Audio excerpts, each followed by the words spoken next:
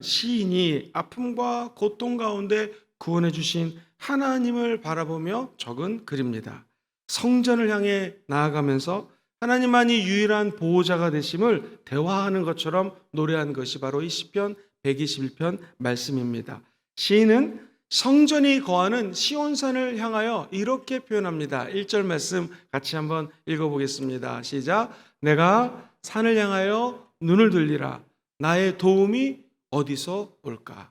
와, 아마도 이 시인은 인생을 살면서 어려움이 있었던 것 같습니다. 내가 산을 향하여 눈을 들어보겠습니다. 바라본다라는 것이죠. 그러면서 이야기합니다. 나의 도움이 도대체 어디서 올까? 우리도 세상을 살다 보면 힘들 때가 있습니다. 그러면 먼 산을 바라보거나 하늘을 바라보면서 한숨을 쉬면서 나의 도움이 어디서 올 거라고 한번 읊조렸던 분들이 있을 것입니다. 오늘 아마 시인도 같은 마음으로 내가 눈을 들리라, 내가 저 높은 곳을 향하여 바라보리라 라고 이야기를 합니다. 그런데 이 원래 히브리어를 찾아봤더니 에사 에나이라고 하는 단어를 썼는데 이 말의 뜻은 위를 쳐다보다라는 것입니다. 산을 그냥 바라보는 것이 아닙니다. 그러니까 이 신체적인 눈으로 산을 바라본다라는 의미보다는 영적으로 위를 쳐다본다라는 뜻입니다. 한번 따라해 볼까요? 눈을 들어 위를 바라보겠습니다. 시작. 눈을 들어 위를 바라보겠습니다. 하나님이 거하시는 저 높은 보좌에 계신 예수 그리스도를 바라본다라는 의미입니다. 사랑하는 성도님들, 내가 우리 하나님의 거하시는 저 보좌를 바라보시는 이 새벽이 되기를 주의 이름으로 축원드립니다. 이게 보는 것이죠. 그럼 두 번째로 믿음으로 넘어가 보겠습니다. 목사님, 뭘 믿어야 되겠습니까? 어떻게 믿어야 되겠습니까? 오늘 시편 121편 말씀을 중심으로 무엇을 믿어야 하나요? 세 가지 말씀드리기 원합니다. 첫 번째 한번 따라해 볼까요? 도우심을 믿습니다. 시작. 도우심을 믿습니다. 2절 말씀 같이 읽어볼게요. 본문 2절입니다. 시작.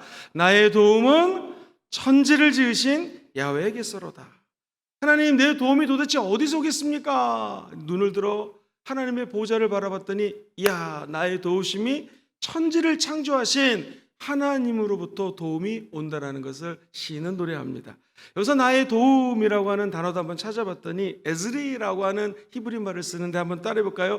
구조, 원조, 힘들 때 도와주시는 것, 이게 이 도우심이라는 뜻입니다. 그러니까 내가 오늘도 눈을 들어 십자가를 바라보면서 보좌 우편에 계신 예수님을 쳐다보면은 하나님은 저와 여러분들에게 오늘도 원조해 준다라는 거예요. 구주해 준다라는 거예요. 그리고 하나님께서 높고 높은 보좌 위에서 넓은 팔을 벌리시면서 저와 여러분의 모든 안고 일어섬을 다 안아주시고 우리 행동 하나를 포근하게 감싸주신다라는 의미입니다. 우리는 도움을 얻기 위해서는 도움의 근원이 어디로부터 오는지를 알아야 됩니다. 오늘 시편 기자는 도움의 근원에 대한 해답을 찾았어요. 야, 천지를 지으신 저 하나님만이 우리 도움의 근원이고 근간이 된다는 것입니다. 우리 문제를 스스로 해결하려고 발버둥 친다고 해서 문제가 해결되는 것이 아닙니다. 주변 사람들에게 도움을 요청해도 못 들어줄 때가 얼마나 많이 있습니까? 그러나 우리 하나님은 저와 여러분들을 끝까지 책임져 주시고 도와주시는 분이십니다. 여러분, 1982년생 얼마나 젊습니까? 이제 막 40을 넘은 나이예요. 우리 교회도 82년생들이 좀 많이 있는데요. 이 외국에서 40 막 넘은 한 젊은 분이 그만 구조 조정을 당하는 바람에 해고를 당하게 됩니다. 해고. 얼마나 힘들었겠습니까?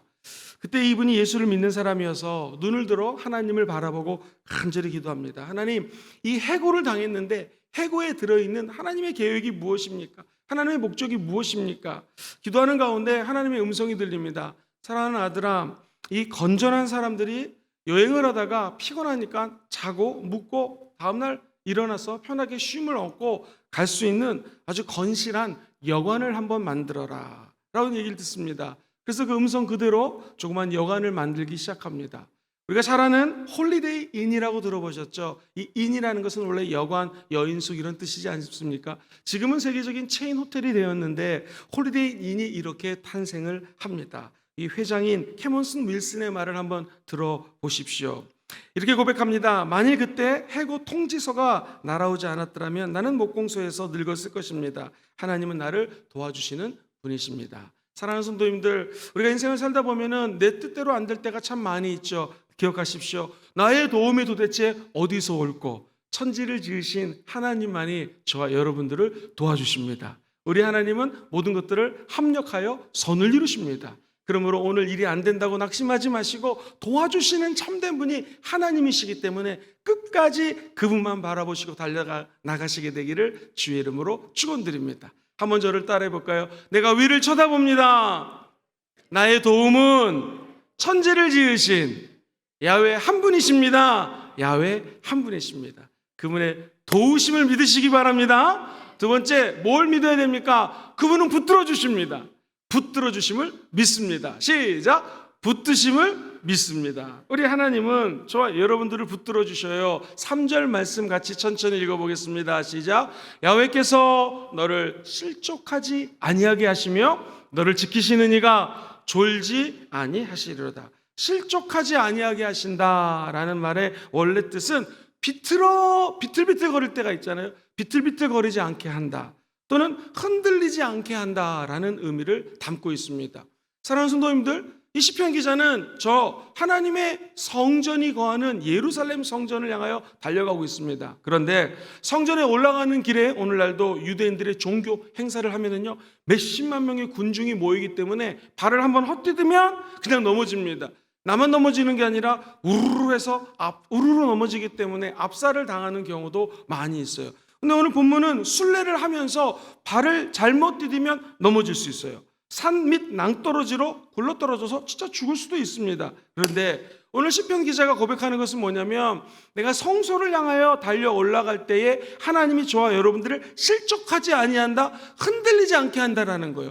꽉 붙들어 주신다라는 것입니다. 저와 여러분들의 무게 중심을 하나님께로 두시기를 주의 이름으로 축원드립니다.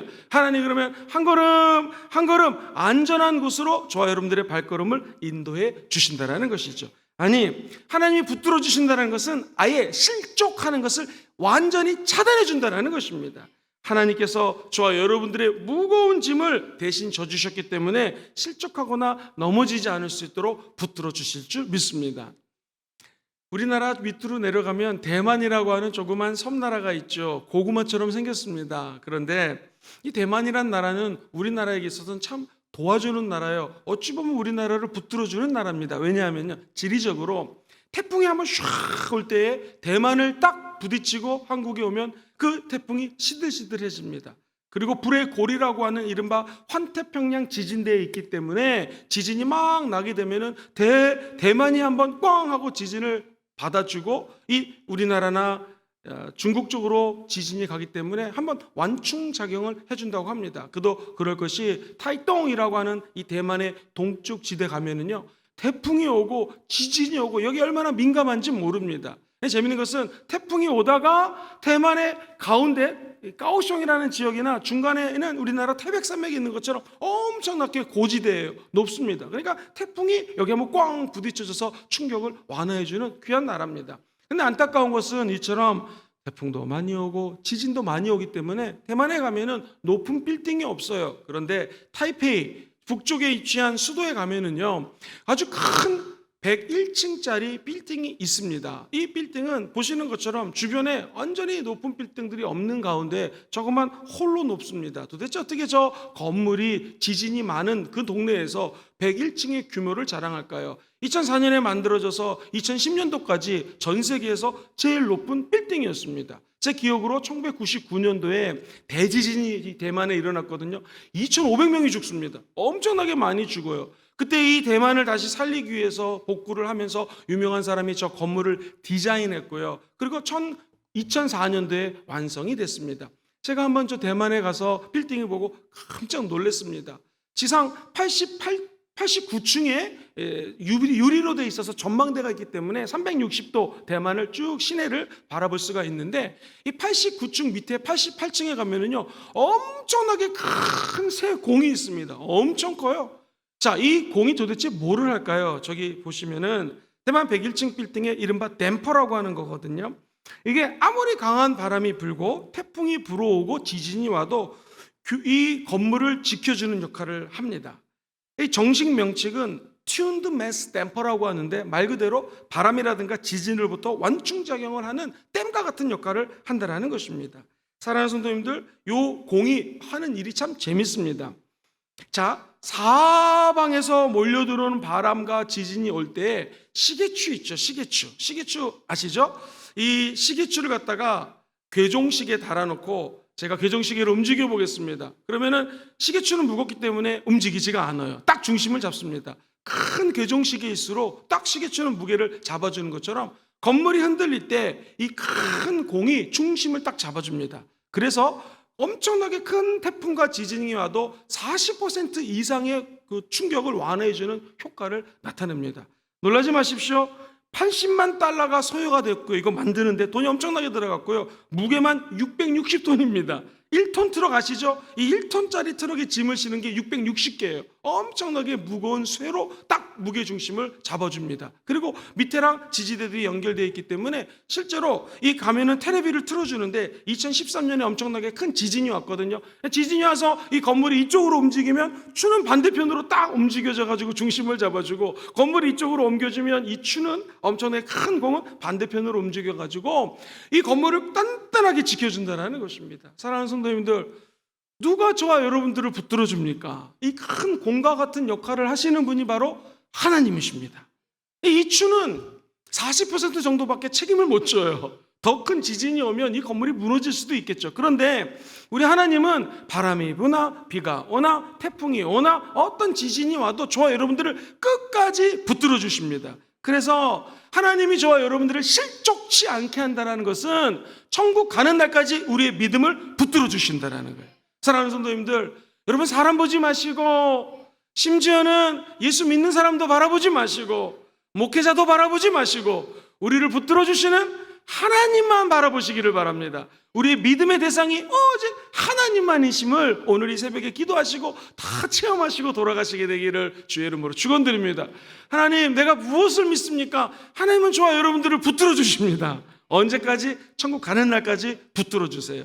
나중에 혹시 대만에 가시면 저 빌딩에 한번 올라가셔서 660톤짜리 큰 공을 한번 보시기를 바랍니다. 더 재밌는 것은 맨 끝에 우리 자동차도 막 이런 스피드를 내다 보면은 범퍼를 만나지 않습니까? 그때 이 완충작용하는 것들이 있어서 차를 보호하듯이 이 하나의 그 압축된 것들과 연결이 돼 있어가지고 지진이 오거나 이 빌딩에 어려움에 처할 때는요, 완충작용을 하는 것을 보게 되었습니다. 저는 이런 생각이 들었어요. 오늘 이 새벽에 나와 우리를 붙들어 주실 때 성령 하나님이 저와 여러분들을 완충작용을 해 주실 줄 믿습니다. 붙들어 주실 줄 믿습니다. 마지막 세 번째, 우리는 무엇을 믿고 기도해야 됩니까? 한번 따라해 볼까요? 이끄심을 믿습니다. 시작. 이끄심을 믿습니다. 본문 8절 말씀 같이 한번 읽어볼게요. 8절입니다. 시작. 야훼께서 너의 출입을 지금부터 언제까지요? 영원까지 지켜주신다라는 거예요. 출입을 지킨다라는 것을 히브리 기자는 원래 원어에 보면은 하나님이 삶의 전반적인 것들, 그러니까 A부터 Z까지, 알파부터 오메가까지, 태어나서부터 죽을 때까지, 이른바 요람에서 무덤까지 삶의 모든 것들을 변함없이 한번 따라해 보실까요? 인도해 주십니다. 이게 정확한 해석입니다. 그러니까 우리를 출입을 지켜주신다는 것은 처음부터 끝까지 인도해 주시는 분이 하나님이시라는 거예요. 예루살렘으로 가는 여정 동안에 아무 걱정이 없고 아무 염려가 없을 수 있도록 끝까지 인도해 주시는 분이 하나님이라는 거예요. 이거 엄청난 믿음의 고백입니다. 먼 길을 가다가 보면 나쁜 사람도 만날 수 있고요, 배신자도 나타날 수 있고, 우리에게 눈물을 갖다 주는 사람이 있을 수 있지 않습니까? 근데 이 시편 기자는 내가 이 스타트를 해가지고 성전까지 올라가는데 하나님이 나를 지켜준다는 것은 한 걸음 한 걸음 한 걸음 인도해 주시기 때문에 야훼가 목자가 되시고 나는 부족함이 없다라는 거예요. 푸른 풀가가 쉴만한 물가로 인도해 주신다라는 거예요. 오늘 그 하나님의 이끄심을 체험하시게 되기를 주의 이름으로 축원드립니다. 사람은 살다 보면 조그만 어려움을 만나도 원망합니다. 불평합니다. 그런데 하나님 앞에 불평하지 않고 시편 기자는 이스라엘 백성과는 틀리 하나님이 나를 끝까지 붙들어 주시고 이끌어 주심을 고백한 것입니다.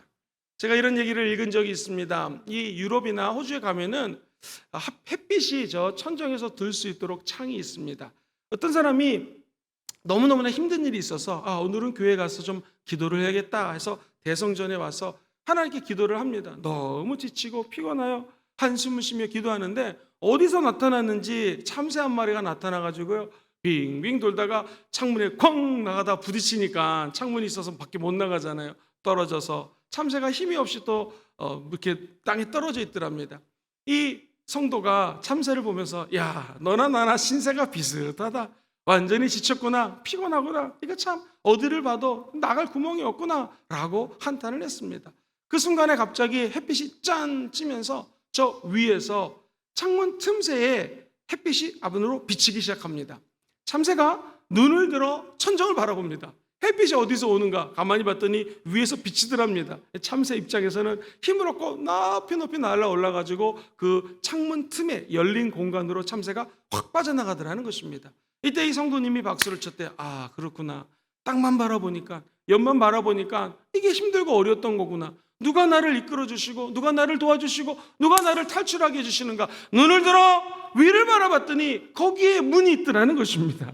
그래서 너무나 힘들어가지고 교회 푹 펴서 들어갔더니 이 성도가 나올 때는 너무나 기뻐서 할렐루야, 위를 바라봤더니 저기에 탈출구가 있고, 저기에 도우심이 있고, 저기에 이끄심이 있습니다 하면서 나왔다라는 것입니다. 사랑하는 성도님들, 오늘 저와 여러분들이 예배당에 나와서 땅을 바라보고 옆을 바라봐도 어디도 도우심이 없습니다. 이끄심이 없습니다. 다 닫혀 있는 것 같아요. 사방으로 우겨쌈을 당한 것 같습니다. 그러나 오늘 이 새벽에 눈을 들어 하나님을 바라봅시다.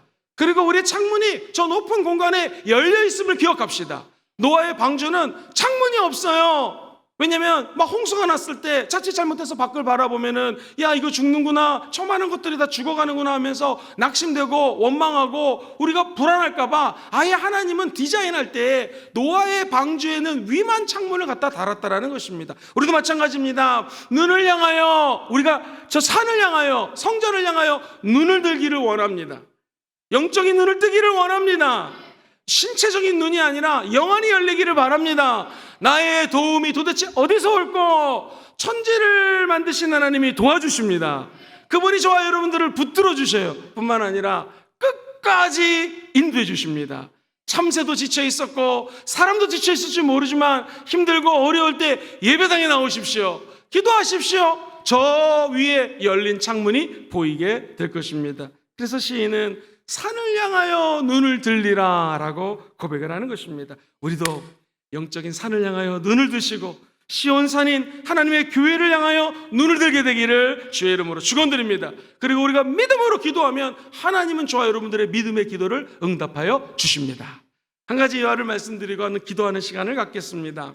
2001년 9월 11일 9.11 테러 사건 기억하시죠? 그때 세계무역센터가 무너집니다. 그리고 전 세계의 국방력중에 최고를 자랑하는 미국의 펜타곤이 무너진 날이었습니다. 불과 36.5m 앞에서 비행기가 이름이 에어라인 77편이 꽝 하고 펜타곤에 부딪혔는데 36.5m니까 여기서 저 앞 아니겠습니까?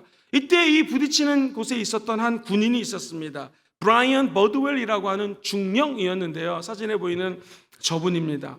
몸에 커다란 불덩이에 휩싸입니다. 그럼에도 불구하고 화염 속에 살아납니다. 무려 39번의 수술을 받습니다. 그리고 3개월 만에 완전히 회복이 돼요. 자, 어떻게 회복이 됐는가? 불덩어리 같은 것이 확 솟아오르면서 온몸을 덮쳤는데요. 그때 기적적으로 스프링클러가 터지면서 이 사람의 몸을 보호해 줍니다. 그래서 불을 일단 껐습니다.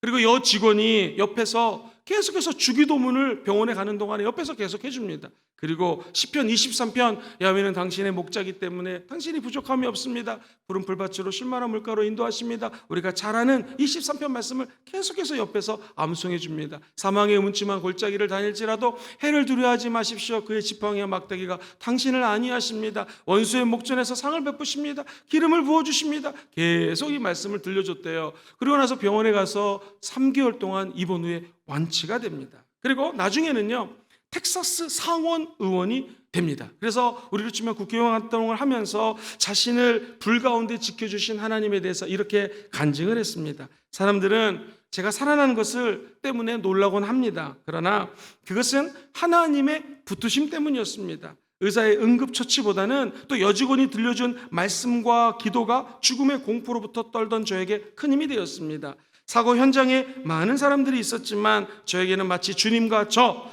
단 둘만 있는 것 같았습니다. 그 다음 같이 한번 읽어보겠습니다. 불에 타서 시작. 불에 타서 죽을 수밖에 없는 상황에서 구원받은 것은 의료진의 공로라기보다는 오직 하나님의 붙드심의 은혜였습니다. 할렐루야. 오늘 하나님이 저와 여러분들을 붙들어 주십니다. 그리고 끝까지 인도해 주십니다. 이끌어 주십니다. 인생을 살다 보면 어려울 때가 얼마나 많이 있습니까? 그때마다 저와 여러분들이 눈을 들어 하나님의 성소를 바라보시고 주의 임재를 바라보게 되기를 주의 이름으로 축원드립니다. 보고 두 번째 믿어야 됩니다. 목사님 뭘 믿어야 될까요? 10번 말씀에서 세 가지를 압축했습니다. 한번 따라해 볼까요? 주여 도우심을 믿습니다. 시작. 주여 도우심을 믿습니다. 두 번째 한번 두 주먹을 불끈 쥐고 따라해 보시죠. 주여 붙드심을 믿습니다. 시작. 주여 붙드심을 믿습니다. 하나님 붙들어 주십니다. 세 번째 주여 이끄심을 믿습니다. 시작. 주여 이끄심을 믿습니다. 이번엔 세 자로 줄여봅시다. 도우심, 붙드심, 이끄심. 이번엔 두 글자로 줄여보겠습니다. 한번 따라해볼까요? 도움, 붙듦, 이끔. 한 자로 줄여보겠습니다. 도붓이. 시작. 도붓이. 요거 세 개 기억하시고 요거 세 개 믿고 하나님께 기도하시는 귀한 새벽 제단이 되시기를 주의 이름으로 축원드립니다.